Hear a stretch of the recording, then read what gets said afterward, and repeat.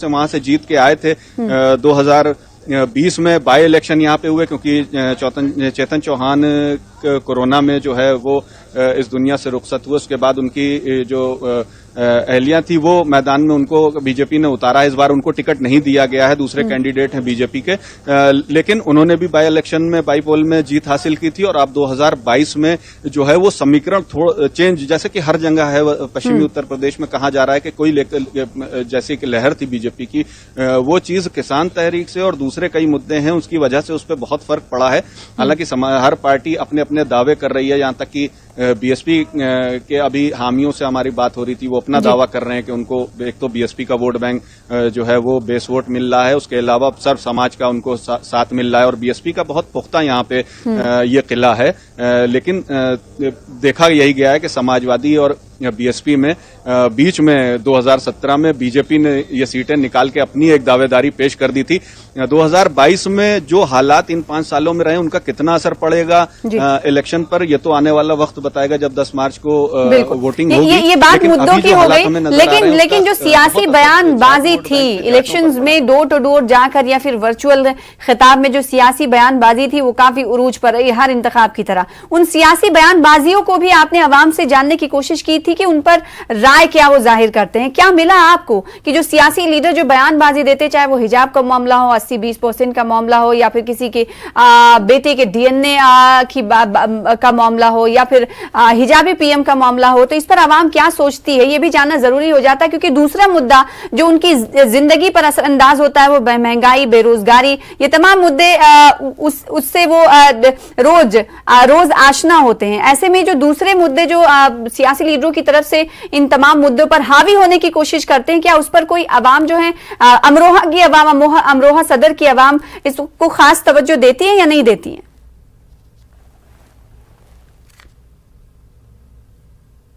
देखिए, हमने आवाम से जब यहाँ के वोटरों से खासतौर पर बात की, जब हम पोलिंग सेंटर पर मौजूद थे और बाहर जो पोलिंग स्टेशन के भीड़ थी, जब हमने उनसे बात की तो उसमें मिले जुले लोग थे और उन्होंने ये राय यही जाहिर की कि अमरोहा जो है वो एक अमन की जमीन रहा है। यहाँ पर जब पश्चिमी उत्तर प्रदेश में राइट्स हुए थे उसके बावजूद यहाँ पर इस तरह का माहौल नहीं बना और आपस में इत्तेहाद के साथ लोग रहते आए हैं और रहते रहेंगे। लेकिन बीच में बहुत सियासी बयानबाजियां हुई, माहौल को खराब करने की कोशिश की गई।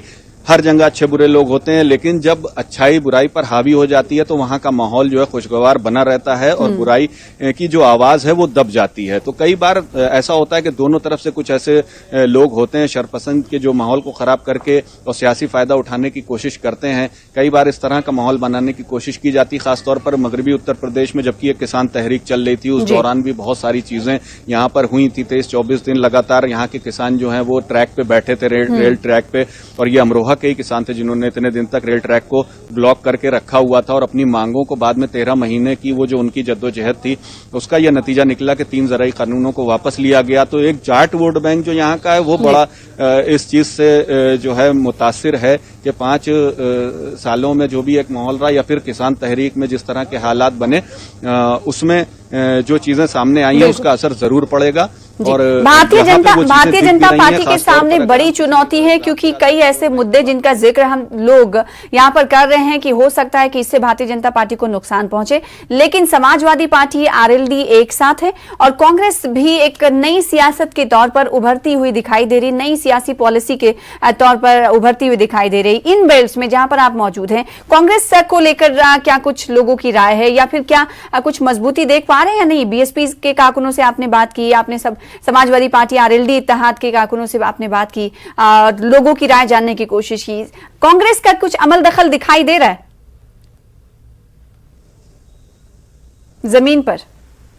सना, बड़ी दिलचस्प बात है कि अगर अमरोहा सदर की बात करें तो सलीम खान यहाँ से कांग्रेस के उम्मीदवार थे, लेकिन वो बैकफुट पर हैं पूरी तरह से। लोग ये कह रहे हैं कि वो अब कॉन्टेस्ट में नहीं है और एक तरह से वापस नाम जिसे लेना कहते हैं वो चीज हो गई है। तो कांग्रेस कॉन्टेस्ट में नहीं है शहर में। अगर हम बात करें पॉलिटिकल पार्टीज की तो समाजवादी के सामने जो है वो बीजेपी और बीएसपी है। अब वोट शेयर परसेंट कितना होता है, 37% वोट शेयर लेकर महबूब अली पिछली बार की 2017 में एक लहर थी, उस टाइम भी 37% वोट शेयर उनका था और हाँ उस वक्त भी वो जीते थे। तो इस बार ये कहा जा रहा है, जो लोगों से हमारी बात हुई, कि शायद 37 से ज्यादा वोट शेयर भी बढ़ेगा और जो इसका फतेह का मार्जिन होगा जो वोट का पहली और दूसरे मुकाबले के लिए, वो भी बढ़ जाएगा। तंजीर तस्वीर दिखाइएगा, क्योंकि वोटिंग के लिए लोग पहुंच रहे हैं पोलिंग बूथ पर। हम नाज़रीन को दिखाएं कि अमरोहा सदर पर लोगों की तादाद क्या बढ़ी है या नहीं बढ़ी है, क्योंकि सुबह से लोगों की तादाद कतारों में देखी गई। इस वक्त क्या नजारा है, दिखाइएगा जरा। मैं कहूंगा अपने कैमरामैन से कि वो जरा सा विजुअल दिखाएं, जो जहां पे वोटिंग हो रही है, यहाँ पर लगे हुए हैं लोग लाइन में, और धीरे धीरे से लोग यहाँ पर आ रहे हैं। अब लगातार वो सिलसिला टूट नहीं रहा है। हमने सुबह देखा एक भीड़ का माहौल था और उसके बाद 10 बजे के बाद फिर से वो सिलसिला शुरू हुआ। तो अभी आप देख रहे हैं हम यहाँ पे जिस पोलिंग सेंटर पर हैं, ये शहर का बीच मतलब मरकज है और ये नगर पालिका है। तो अभी भी आप देख रहे हैं कि खवातीन की लाइन और मर्दों की लाइन जो है वो लगी हुई है और अपने बारी का इंतजार कर रहे हैं। खवातीन वोटर भी यहाँ पर हैं जो वोट डाल के बाहर निकली हैं। आप लोग अपना वोट डाल रही हैं, क्या चीज थी जहन में, क्या चीज सोच रही थी, बताइए जी, बताएं। बात नहीं करना चाहती हैं, इसीलिए इन्हें तंजीर अंसार साइलेंट वोटर के तौर पर खवातीन को समझा जाता है कि वो अपनी राय जब जाहिर करना चाहेंगी तभी कहेंगी, वरना वो हंसती हुई चली जाएंगी, और इसे सियासी माहिरीन साइलेंट वोटर कहते हैं। पिछले मरहले की अगर हम बात करें फर्स्ट फेज की, तो उस मरहले में हमने तंजीर अंसार देखा था कि रूरल एरियाज जो थे, वहाँ देही इलाके थे, वहां पर वोटिंग काफी अच्छी खासी रही थी, और अर्बन एरियाज में, शहरी इलाकों में सुस्त वोटर्स दिखाई दिए थे। अमरोहा सदर में आप हैं, बकिया 3 जो सीटें और हैं, नौगावा सादात हो गए या हसनपुर हो गए, इसके अलावा एक सीट और है, वहां से क्या कुछ आपको जानकारी मिल पा रही है कि वहां किस तरह से पोलिंग का अमल जारी है? क्या लोग इस शहर सीट से वहां पर ज्यादा निकल रहे हैं या नहीं निकल रहे हैं? क्या जानकारी है आपके पास तंजीर? जी सना, जो शुरुआत में हमें जो जानकारी मिली वो ये कि शहर के इलाके से अलग देहात में ज्यादा लोग सुबह निकले, और वो क्योंकि सुबह जल्दी उठ जाते हैं तो उठने के साथ ही वो पोलिंग स्टेशंस पर पहुंचे, चाहे हम नौगावा सादात की बात करें, धनौरा की बात करें या हसनपुर की बात करें। गजरौला का इलाका धनौरा से लगा हुआ है और हसनपुर से लगा हुआ है। जब हम उधर से निकल रहे थे अमरोहा के लिए, तो हमने देखा कि सुबह के वक्त ही, जबकि अंधेरा था 6:30 के वक्त में और 6:15, लेकिन लोग जो है घरों से निकले थे, एक भीड़ दिख रही थी पोलिंग स्टेशन की तरफ जाने की। जब हम अमरोहा पहुंचे हैं तो शहर में सड़कों पर, हाईवेज पे तो सन्नाटा था, लेकिन जब पोलिंग सेंटर पर शहर में मरकज में पहुंचे तो हमने देखा कि कसीर तादाद जो है वो इंतजार कर रहे थे कि 7 बजे से वोटिंग शुरू होगी और लाइन लगी हुई थी।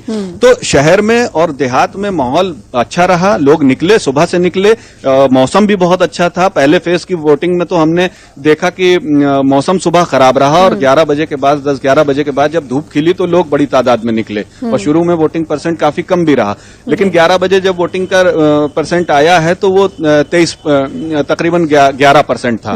यानी कमोबेश ये कहा जा सकता है, क्योंकि पहले मरहले के तहत इस वक्त तक पहुंचते पहुंचते वोटिंग फीसद बहुत कम रही है। अगर इस 6 बजे तक की अगर हम बात करें तो हो सकता है पहले मरहले से ज्यादा इस बार पोलिंग फीसद रिकॉर्ड की जाए, क्योंकि शुरुआत अच्छी हुई है तो कहते हैं खात्मा भी अच्छा होगा। हिंदी में कहा जाता है कि शुरुआत अच्छी तो अंत भी अच्छा।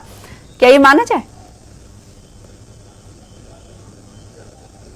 बिल्कुल बिल्कुल सना, जो एक रुझान दिख रहा है वोटर्स में, और खासतौर पे मैंने ये देखा कि खवातीन वोटर इस बार जो है बड़ी तादाद में सामने, नौजवान जो वोटर हैं वो निकल कर आ रहे हैं। कई ऐसे थे जो पहली बार वोट करने आए थे, उन्होंने वोट किया, निकल गए, कुछ ने हमसे ऑफ द रिकॉर्ड भी बात की, तो बहुत। बिल्कुल तंजीर, बात करिए, बोलिए तंजीर, आपकी आवाज हम तक पहुंच पा रही थी, आप बोलिए।